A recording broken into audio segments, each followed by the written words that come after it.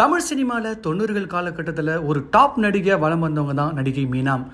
நெஞ்சங்கள் என்ற திரைப்படத்தின் மூலமாக குழந்தை நட்சத்திரமாக முதல் அறிமுகமான மீனா, அதனைத் தொடர்ந்து எங்கேயோ கேட்ட குரல் என்ற படத்தில் ரஜினிக்கு மகளாக நடிச்சிருப்பாங்க. அந்த நேரத்தில் மீனா மிகவும் கொழுக்கு முழுக்கென மிகவும் உடல் எடை அதிகரித்து இருந்ததுனால நடிகைகள் தூங்குவதற்கு மிகவும் சிரமப்படுவாங்களாம். அந்த படத்திற்கு பிறகு மீண்டும் ரஜினியுடன் அன்புள்ள ரஜினிகாந்த் என்ற படத்தில் நடிச்சிருப்பாங்க. அதில் அவங்க அழைக்கும் ரஜினி அங்கிள் என்ற ஒரு வசனம் இன்று வரை அவருக்கு ஒரு அடையாளமாக கருதப்படுகிறது. இப்படி குழந்தை நட்சத்திரமாக ஏகப்பட்ட முன்னணி நடிகர்கள் நடித்த மீனா ஹீரோயினாகவும் தன்னுடைய அந்தஸ்தை உயர்த்திருக்காங்க. அதில் அவங்க ஹீரோயினாக நடித்து மிகப்பெரிய வெற்றியை பெற்ற முதல் படமாக அமைஞ்சது ஏன் ராசாவின் மனசிலே அப்படின்ற திரைப்படம் தான்.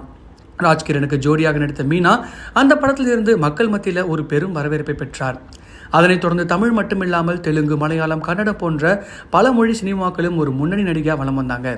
அன்றிலிருந்து இன்று வரை பக்கபலமாக இருப்பது அவருடைய அம்மா தான். அவருடைய கால்ஷீட் எல்லாவற்றையுமே மீனா